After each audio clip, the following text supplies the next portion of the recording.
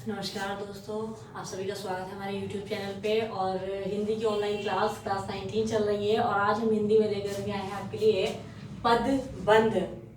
पदबंध वो भी विस्तार सहित। अक्सर क्या होता है, व्याकरण लगभग सबको इजी लगती है, आसान है भी, ठीक है ना। लेकिन कभी भी क्या होता है, हम वाक्य समझ जाते हैं, बाकी और चीज भी समझ में आ जाती है, लेकिन एक तो उपवाक्य और दूसरी बात आती है पदबंध। ये दो ऐसे चैप्टर हैं जिनमें ज्यादातर कंफ्यूजन बनी रहती है विद्यार्थियों की, पढ़ने वालों की, ठीक है। तो वो समझ नहीं पाते कि पदबंध क्या और उपवाक्य क्या। तो आज हम इसी पे डिस्कस करेंगे, ठीक है। पदबंध क्या होते हैं, जैसा हमने बताया था इससे पहले, पद और शब्द। देखिए, अगर स्वतंत्र रूप से कोई शब्द लिखा हुआ है तो वो तो शब्द कहलाएगा, लेकिन अगर वही शब्द पूरे वाक्य में प्रयोग में लाया जा रहा है तो वो पद कहलाता है। अब कोई पद ऐसा होता है कि अपने साथियों को साथ में लेकर के आता है। पद अलग अलग पदों से वो क्या होता है, बंधा हुआ होता है। बस इसी आधार पर उसका नाम पदबंध कर दिया, ठीक है। तो क्लास स्टार्ट करते हैं। अब इससे पहले बात आ जाती है, देखिए, कि उपवाक्य और पदबंध में अंतर। तो सबसे पहली बात तो ये कि हमें वाक्य भी समझना होगा, वाक्य क्या, उपवाक्य क्या और पदबंध क्या, कौन छोटा है कौन बड़ा है, हमें ये भी पता होना चाहिए। तो देखिए, सबसे बड़ी इकाई अगर हम कहें तो वो होती है वाक्य, भाषा की सार्थक इकाई या बड़ी इकाई वाक्य। वाक्य से छोटा होता है उपवाक्य। जैसे हम कहते हैं राष्ट्रपति और उपराष्ट्रपति, उससे थोड़ा छोटा, ठीक है। राज्यपाल उपराज्यपाल, तो उप की स्थिति होती है निकट उसी के जैसा रहेगा, लेकिन थोड़ी शक्तियों में कम रहेगा, ठीक है। तो वाक्य और उपवाक्य, और उपवाक्य से भी छोटा जो होता है, छोटे का वो होता है पदबंध। तो जैसा कि हमने शुरुआत में हमने वाक्य भेद में हमने कहा था कि शब्दों का सार्थक शब्दों का जो व्यवस्थित क्रम लगाया जाता है, समूह होता है, वो वाक्य कहलाता है। वाक्य से छोटी इकाई उपवाक्य, जो पूरा अर्थ दे भी सकती है और नहीं भी दे सकती। पदबंध, जो पदों से बंधा हुआ रहेगा, वह पद जो बंधा रहता है, ये कह सकते हैं हम। तो देखिए, वाक्य अगर हम कह दें, अर्थ के आधार पर हमने बात की थी तो 8 प्रकार के रहते हैं, रचना के आधार पर बात की थी तो 3 प्रकार के रहते हैं, ठीक है। इससे पहले वाली वीडियो में उपवाक्य पढ़ाए जा चुके हैं, कितने प्रकार के होते हैं, कैसे होते हैं, वो सारी बातें आपको हमारी पिछली वीडियो में मिल जाएगी। आज हमें बात करनी है पदबंध की, लेकिन उपवाक्य और पदबंध ये अलग अलग है। ये कैसे अलग है, इसमें क्या अंतर है, हम पहले वो अंतर जान लेते हैं। तो अंतर जानने के लिए देखिए, शुरुआत करते हैं उपवाक्य और पदबंध में अंतर। देखिए, उपवाक्य को ये कह रहे हैं कि वाक्य से छोटी इकाई जो होती है, वाक्य से छोटी इकाई जो होती है वो कहलाती है उपवाक्य, मतलब कि वाक्य से छोटी। और उपवाक्य से जो छोटी इकाई होती है वह कहलाता है पदबंध।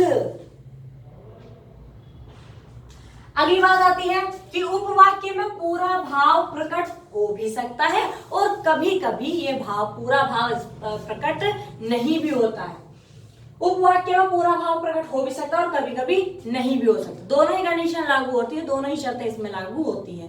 कभी कभी तो उपवाक्य में हमें पूरा अर्थ पता लग जाएगा और कभी कभी उसमें कुछ रह भी जाता, पूरा भाव प्रकट नहीं हो पाता। लेकिन अगर इसी शब्द में अगर हम देखें पदबंध को, तो पदबंध में अधूरा भाव प्रकट होता है, अधूरा भाव प्रकट होता है। जैसे हम नॉर्मली कहते हैं कि मेरा भाई अमित घर गया। अब हम सिर्फ इतना कह दें कि मेरा भाई अमित, अब इसके आगे क्या है, मेरा भाई अमित। अमित से हमने ये बातें जोड़ दी ना कि मेरा भी है और भाई भी है, तो अमित, ठीक है। लेकिन तो ये वाली स्थिति जो जाएगी वो पदबंध में जाएगी, मतलब अधूरा भाव प्रकट रहता है, कहने का मतलब ये है। इसके अलावा उपवाक्य में क्रिया अनिवार्य रहती है, उपवाक्य में क्रिया अनिवार्य रहती है, कंपलसरी है, क्रिया आनी ही है उपवाक्य में, तभी तो अर्थ प्रकट होगा। लेकिन पदबंध में क्रिया का होना आवश्यक नहीं है। जो पद बंधा हुआ होगा, ठीक है, वो जरूरी नहीं है कि हमेशा उसमें क्रिया ही आए, क्रिया का आना आवश्यक नहीं है। अब अगर आप ऐसे भी ना समझें तो कोई दिक्कत नहीं है, आपके लिए एग्जाम्पल सामने है। एग्जाम्पल में आप देख सकते हैं, देखिए बात लिखी हुई कि नीलम का भाई सुरेश तेजी से चलती बस से गिर गया तथा उसे कई चोटें भी आई। यदि हम इसको पूरा यहाँ शुरू से लेकर आखिर तक पढ़ते हैं, ठीक, तो ये तो हमारा कहलाएगा वाक्य, पूरा का पूरा क्या कहलाएगा, ये वाक्य कहलाएगा। यह वाक्य कहलाएगा। अब यदि हम सिर्फ इतना कह रहे हैं कि नीलम का भाई सुरेश तेजी से चलती बस से गिर गया, बस हमने यहां तक बात रखी कि नीलम का भाई सुरेश तेजी से चलती बस से गिर गया, तो पूरी बात नहीं की। तो पूरी बात अगर कर देते हैं तो वो वाक्य, लेकिन हमने सिर्फ इतना पार्ट ले लिया, नीलम का भाई सुरेश तेजी से चलती बस से गिर गया, तो ये हमारा क्या कहलाएगा, ये उपवाक्य कहलाएगा। जैसे हमने कहा था कि यहाँ पे क्रिया अनिवार्य रहती है। यदि उपवाक्य हम बता रहे हैं तो यहाँ क्रिया अनिवार्य है, लेकिन पदबंध में क्रिया अनिवार्य नहीं होती। वो संज्ञा से भी जुड़ा हो सकता है, वो क्रिया से भी जुड़ा हो सकता है, वो क्रिया विशेषण से भी जुड़ा हो सकता है, वो सर्वनाम पदबंध भी हो सकता है, कुछ भी हो सकता है। अब बात हम करते थे कि वाक्य समझ गए, यहाँ से लेके शुरू से लेके आखिर तक ये पूरा वाक्य है। लेकिन अगर हम सिर्फ इतना कहते हैं नीलम का भाई सुरेश तेजी से चलती बस से गिर गया, तो यही हमारा क्या हो जाएगा, उपवाक्य हो जाएगा। अब आप ये कलर में देख लीजिए, इसी में हम तीनों बातें समझ जाएंगे, वाक्य समझ गए, उपवाक्य, और अब बात आती है पदबंध की।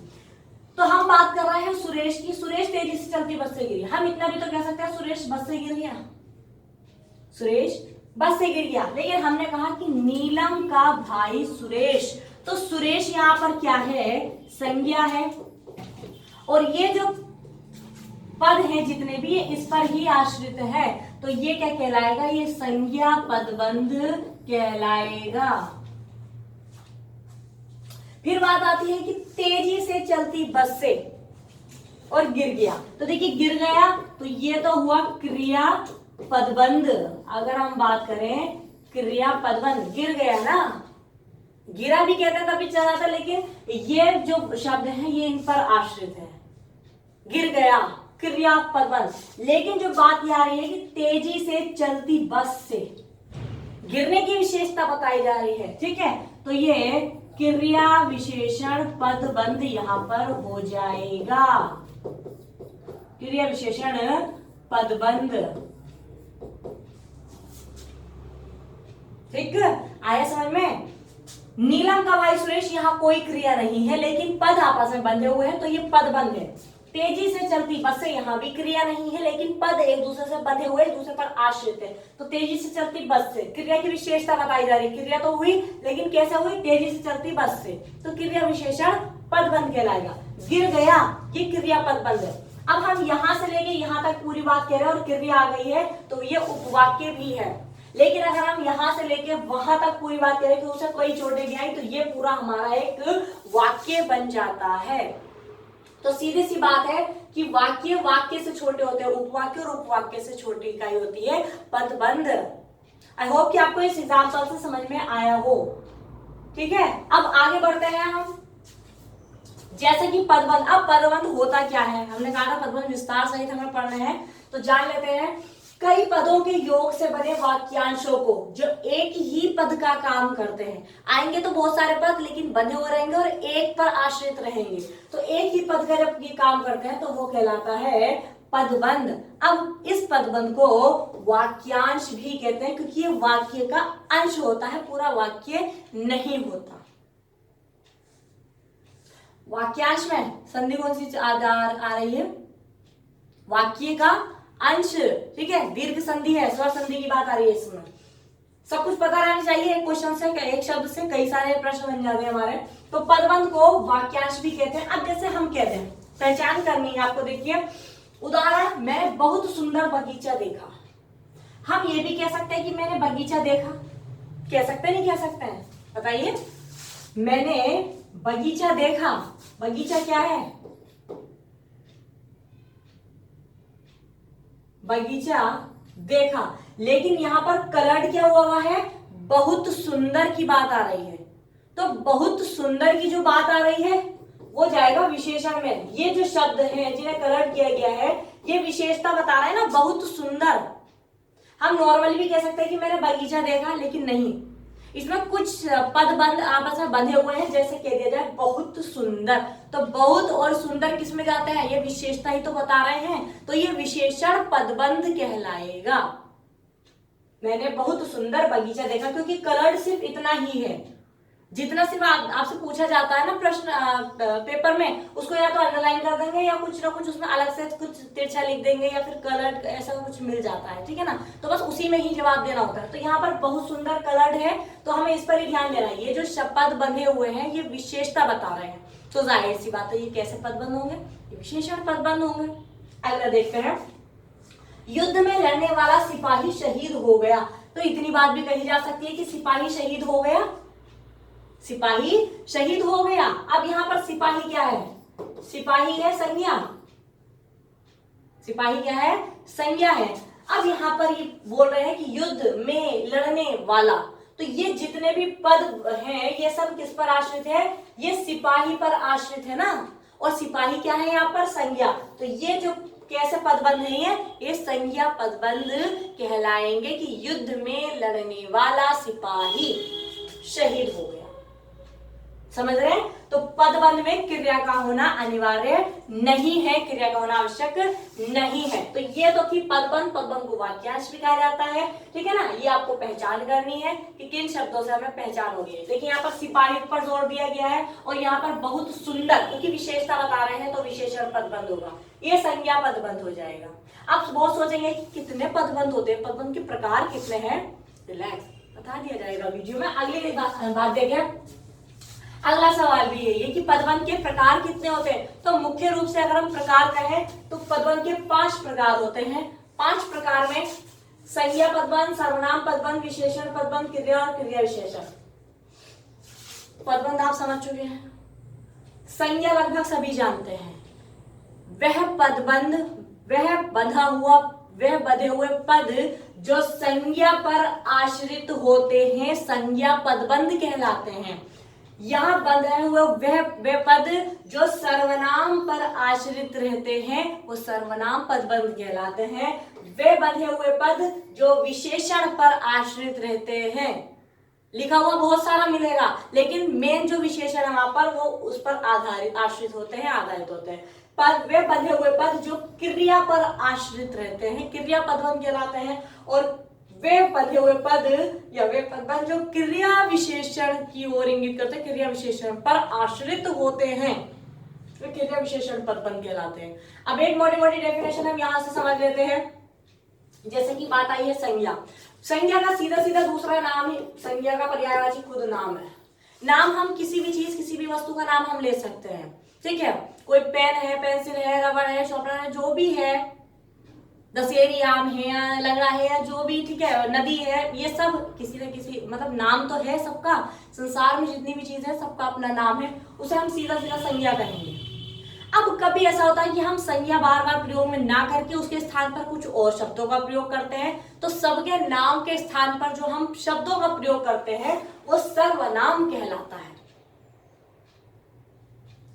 विशेषण जो इन दोनों की विशेषता बताता है वह विशेषण होता है। संज्ञा या सर्वनाम की विशेषता बताने वाले शब्द जो होते हैं वो विशेषण कहलाते हैं, विशेषता बताने वाला विशेषण।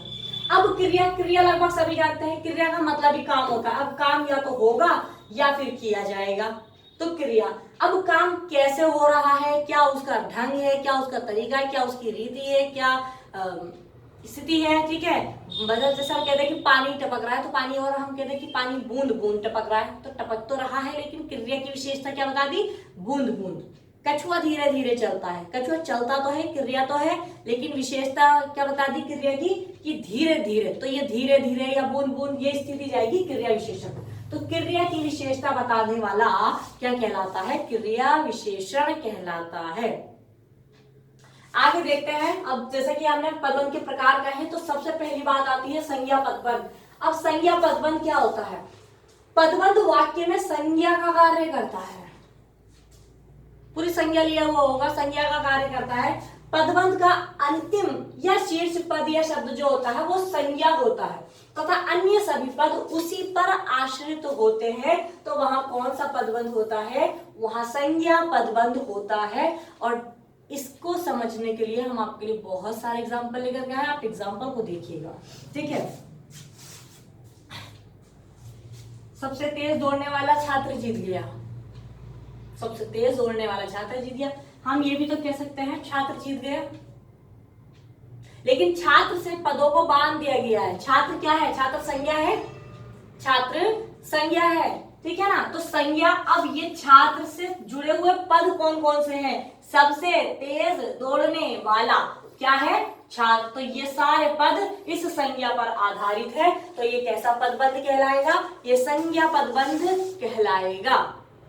सबसे तेज दौड़ने वाला छात्र, सब यहाँ आके अटक गए, चाहे वो सबसे है, तेज दौड़ रहा है, हल्के दौड़ रहा है, जैसे भी दौड़ रहा है, वाला वाली स्थिति सब छात्र से जुड़े हुए हैं, छात्र पर आश्रित है, ठीक है। तो ये सबसे तेज दौड़ने वाला छात्र जीत गया, तो छात्र जो है वो यहाँ पर संज्ञा पदबंध है। अगला एग्जाम्पल देखते हैं। मैं राजस्थान की शिक्षा नगरी जोधपुर में रहता हूं। मैं जोधपुर में रहता हूं भी कह सकते हैं, लेकिन नहीं, पदों को बांध दिया गया है यहाँ पर, ठीक है, पदों को बांध दिया गया है। तो ये बात सारी, मैं राजस्थान की शिक्षा नगरी जोधपुर में रहता हूं, ये स्थान बताया जा रहा है, लेकिन आएगा तो संज्ञा में स्थान का नाम दिया गया है ना, जोधपुर में रहता हूं। तो ये सारी स्थिति जितनी भी है कि वो शिक्षा नगरी भी है और राजस्थान की शिक्षा नगरी है, ये सब जो पद बंधे हुए हैं ये इस संज्ञा से बंधे हुए हैं, तो ये संज्ञा पदबंध के अंतर्गत ही आएगा। अगला, आसमान में उड़ता हुआ गुब्बारा फट गया। इतना भी तो कह सकते हैं गुब्बारा फट गया, नहीं कह सकते? अरे कह सकते हैं गुब्बारा फट गया, लेकिन नहीं, गुब्बारा संज्ञा है यहाँ पर, क्योंकि मैंने कहा था कि किसी भी चीज का, संसार में कोई भी चीज है और उसका अगर नाम है तो वो संज्ञा है, ठीक है। अब गुब्बारा फट गया, लेकिन नहीं, गुब्बारे के सब बने हुए पद ये सब के सब किस पर आश्रित है? गुब्बारे पर, कि आसमान में भी है और उड़ भी रहा है और हो भी रहा है, मतलब आसमान में उड़ता हुआ गुब्बारा फट गया, तो गुब्बारा संज्ञा और ये सब जो आए हैं ये संज्ञा पदबंध, संज्ञा आई लेकिन संज्ञा पदों में बंद करके आई। तो पहला प्रकार क्लियर हुआ। अगला देखते हैं सर्वनाम पदबंध। अब सर्वनाम पदबंध की बात याद है, ये पदबंध वाक्य में सर्वनाम का कार्य करता है। जो मेन डेफिनेशन है बस सिर्फ इतनी है, हमें ज्यादा विस्तार नहीं, हमें सिर्फ समझना है, समझ में आना चाहिए। तो पदबंध वाक्य में सर्वनाम का कार्य करता है। अब जैसे हम कह दें बिजली की फुर्ती दिखाकर आपने छात्र को डूबने से बचा लिया, इतना ऐड करने की क्या आवश्यकता, लेकिन हो जाता है, इतना भी तो कह सकते हैं आपने छात्र को डूबने से बचा लिया। आपने, अब कौन आपने? हमने नाम तो किसी का नहीं लिया ना, नाम के स्थान पर हमने जो शब्द प्रयोग किया वो सर्वनाम कहलाएगा। अब वो आपने हो सकता है, तुमने हो सकता है, मैंने हो सकता है, हम किसी का नाम स्पष्ट नहीं ले रहे हैं। तो आपने की, आपने से बंधे हुए हैं कि बिजली सी फुर्ती दिखाकर, बिजली सी फुर्ती दिखाकर आपने, तो सर्वनाम ये है और सर्वनाम पर ये जो आश्रित जा रहे हैं, जो सर्वनाम बंधा हुआ है वो इन पदों से बंधा हुआ है, तो ये कहलाएगा सर्वनाम पदबंध, कि बिजली सी फुर्ती दिखाकर आपने। तो ये जितना भी लिखा हुआ है ये सब क्या है? सर्वनाम पदबंध है। देखिए अभी इसमें डेफिनेशन में आया था कि पदबंध का अंतिम या शीर्ष पद, संज्ञा सर्वनाम कुछ भी हो सकता है, तो वही बात आ रही है कि पदबंध का अंतिम या शीर्ष पद जो होगा वो पहचान कराएगा आपको कि ये संज्ञा है, सर्वनाम है, क्रिया है, क्रिया विशेषण है या क्या है। अंतिम पद आप बताएगा आपको, जहां पर लास्ट हो रहा होगा या कलर्ड हो रहा होगा या फिर रेखांकन समाप्त हो रहा होगा, वो बताएगा। तो बिजली सी फुर्ती दिखाकर आपने पे बात अटक गई, तो आपने किस में आता है? सर्वनाम में आता है, ये सर्वनाम पदबंध कहलाएगा। अगला देखते हैं, विरोध करने वालों में से कोई नहीं बोला, कोई नहीं बोला। तो विरोध करने वालों में से कोई, क्या यहाँ पर किसी का नाम है? नाम नहीं है। नॉर्मली हम क्या कहते हैं जब हम सर्वनाम का प्रयोग करते हैं, जब हम अनिश्चित सर्वनाम में बात करते हैं, तो हम कहते हैं कि कोई दरवाजे पर है। अब कौन है दरवाजे पर हमें क्या पता, अनिश्चित में बात जा रही है, लेकिन हमने किसी के नाम के स्थान पर ही तो कोई का प्रयोग किया, तो वही बात यहाँ आ रही है। विरोध करने वालों में से कोई नहीं बोला। अब ये जितने पद बंधे हुए हैं विरोध करने वालों में से कोई, कोई जो है वो सर्वनाम है और ये जो पद बंधे हुए हैं ये सर्वनाम पदबंध के अंतर्गत आएंगे। अगला आता है कि शरारत करने वालों में से कई पकड़े गए। अब किसी का नाम तो नहीं लिया गया कि क्या कितने व्यक्ति पकड़े गए, कौन कौन पकड़े गए, नाम के स्थान पर प्रयोग कर दिया गया कई, बस बात खत्म। लेकिन ये जितने भी पद आ रहे हैं शरारत करने वालों में से, ये इस पर आश्रित है कई पर। तो ये भी यहाँ पर कैसा पदबंध है, सर्वनाम पदबंध है। जहां अगर किसी का नाम आ जाए, कोई संज्ञा आ जाए, तो वहां पर, अब संज्ञा कोई सी भी हो सकती है, संज्ञा के आपको 5 भेद है, ठीक है ना, व्यक्तिवाचक, जातिवाचक, भाववाचक, ऐसी स्थिति आ सकती है। तो संज्ञा पर जहां समाप्त हो जाए वो संज्ञा पदबंध। ये सर्वनाम पर अगर कोई बात समाप्त हो रही है तो वो सर्वनाम पदबंध, ठीक है। अगला देखते हैं, विशेषण पदबंध। जो शब्द होंगे वो विशेषता बता रहे होंगे। अब होने को तो वहां पे क्रिया मतलब संज्ञा भी हो सकती है, सर्वनाम, लेकिन पद को देखना है कहां पर समाप्ति हो रही है। पदबंध वाक्य में संज्ञा या सर्वनाम की विशेषता बताता हुआ विशेषण का कार्य करता है। विशेषता बताता हुआ विशेषण का कार्य करेगा। जैसे सस्ता खरीदा हुआ कपड़ा अधिक नहीं चलता। क्या बात आई कि सस्ता खरीदा हुआ कपड़ा अधिक नहीं चलता। सारी बातें ठीक है, लेकिन ये देखिए, सस्ता खरीदा हुआ, विशेषता बताई जा रही है। किस कपड़े की बात चल रही है? सस्ते खरीदे हुए कपड़े की बात चल रही है, तो विशेषता बताई जा रही है कपड़े की, ठीक है ना। तो सस्ता खरीदा हुआ, सिर्फ इतना कलर्ड है, तो ये किसकी पहचान कर रहे हैं? ये सब विशेषता ही तो बता रहे हैं, सस्ता खरीदा हुआ। तो सस्ता खरीदा हुआ यहाँ पर क्या आ जाएगा? ये विशेषण पदबंध हो जाएगा। अगला देखते हैं, उस घर के कोने में बैठा हुआ आदमी जासूस है। इतनी बात भी चल सकती है, आदमी जासूस है, लेकिन नहीं, आदमी की विशेषता, ये जितनी भी पंक्तियां लिखी हुई हैं विशेषता बता रही है नहीं बता रही है। अब देखिए, ये जरूरी नहीं है कि अच्छा है, बुरा है, समझदार है, या काला है या गोरा है, ऐसे शब्द आ गए तभी आप विशेषण बताएंगे। विशेषता तो किसी भी प्रकार से बताई जा सकती है। उस छत पर खड़ा हुआ भी हो सकता है, उस कोने में बैठा हुआ भी हो सकता है ना। तो आदमी जासूस है, इसकी विशेषता क्या बताई जा रही है? विशेषता देखिए, उस घर के कोने में बैठा हुआ, उस घर के कोने में बैठा हुआ जो आदमी है वो क्या है? जासूस है। तो इतनी बात जो ये सारे पद बंधे हुए आए हैं, ये विशेषता बताने में आए हैं ना, तो ये विशेषता बताने वाला विशेषण का कार्य करेगा, तो ये कहलाएगा विशेषण पदबंध। घर के कोने में बैठा हुआ आदमी जासूस है, विशेषता बता। सस्ता खरीदा हुआ, तो सस्ता खरीदा हुआ यहाँ पर क्या है? वो विशेषण पदबंध है। अगला देखें, अगला आता है क्रिया पदबंध। क्या? क्रिया पदबंध। यहां पर थोड़ा सा ध्यान ये देना है, बस जहां पर क्रिया आ जाएगी वो क्रिया पदबंध है। नदी तो है, नदी को छोड़ दीजिए, बहती जा रही है, काम हो रहा है, काम हो रहा है। अब हम ये भी कह सकते हैं नदी बह रही है, लेकिन बहती जा रही है, ये जितने भी पद बंधे हुए हैं ये किससे बंधे हुए हैं? ये क्रिया से बंधे हुए हैं। बहने से, ये जितना भी जा रहा है बहने से, बहने पर आश्रित है, क्रिया पर आश्रित है, तो क्रिया पदबंध कहलाएगा ना। नदी तो अलग है, बहती जा रही है, क्रिया पदबंध। वह बाजार की ओर आया होगा, वह बाजार की ओर आया होगा, ये भी क्रिया पदबंध। मेरा घर छत से दिखाई दे रहा है, तो दिखाई दे रहा है ये क्या है? ये क्रिया पदबंध है। क्योंकि कभी कभी क्रिया क्या होती है, सिर्फ ये नहीं कि मेरा घर छत से दिखाई दे रहा है, नहीं, देना भी आ गया, दिखाई भी आ गया, रहा, ये जितना भी जुड़ा हुआ है, मतलब ये पद जो बंधे हुए हैं ये क्रिया से बंधे हुए हैं। कौन सी क्रिया से? दिखने से बंधे हुए हैं ये जितने भी पद आ रहे हैं। तो ये कैसा पदबंध होगा? कि क्रिया पदबंध होगा। बहती जा रही है, क्रिया पदबंध। आया होगा, क्रिया पदबंध। दिखाई दे रहा है, काम हो रहा है ना, काम किया जा रहा है, तो क्रिया पदबंध की बात यहाँ पर आ जाती है। अगला देखते हैं, क्रिया विशेषण पदबंध, जो क्रिया की विशेषता बताते। काम तो हुआ होगा, लेकिन काम कैसे हुआ? अच्छा हुआ, बुरा हुआ, थोड़ा हुआ, ज्यादा हुआ, ऐसी स्थिति जब आती है क्रिया से पहले, तो वो क्रिया की विशेषता बताते हैं। क्रिया विशेषण पदबंध। पदबंध वाक्य में क्या करते हैं? क्रिया की विशेषता प्रकट करता है। नॉर्मली हम एग्जांपल समझेंगे। आज मैंने पेट भरकर खाना खाया, आज मैंने पेट भरकर खाना खाया, तो खाना तो खाया, देखिए ये अगर हम कहें तो यह है क्रिया, लेकिन नहीं, कलर तो ये भी हम इनसे नहीं। आज मैंने पेट भरकर खाना खाया, यहां क्रिया हुई और क्रिया की विशेषता बताई जा रही है। क्या? पेट भरकर। तो ये क्रिया की विशेषता बताने वाला है विशेषण, विशेषता बताने वाला विशेषण। लेकिन बता किसकी विशेषता रहा है? पेट भरकर क्या किया? खाना खाया ना। कौन सा काम किया? पेट भरकर खाना खाया। तो ये हो जाएगा क्रिया विशेषण पदबंध। समझ में आ रहा है? पदबंध।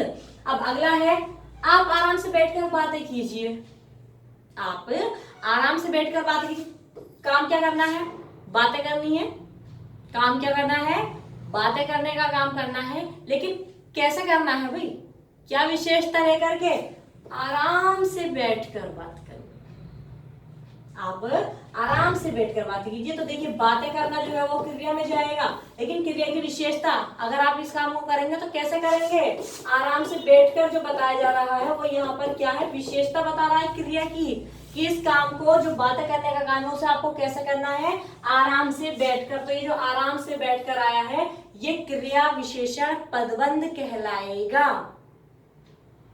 आई होप कि आपको ये समझ में आया हो कि पदबंध क्या होता है। ठीक है ना? तो जरा ध्यान रखिएगा, 5 प्रकार के होते हैं: संज्ञा पदबंध, सर्वनाम पदबंध, विशेषण पदबंध, क्रिया पदबंध और क्रिया विशेषण पदबंध। इस वीडियो में आपको हमें बस यही बताना था पदबंध के बारे में। ठीक है, तो आप इस वीडियो को देखिएगा और समझिएगा। समझना कैसे होता है हिंदी में, जितने से ज्यादा आपको एग्जाम्पल समझ में आए ना वो आप ध्यान रखिए।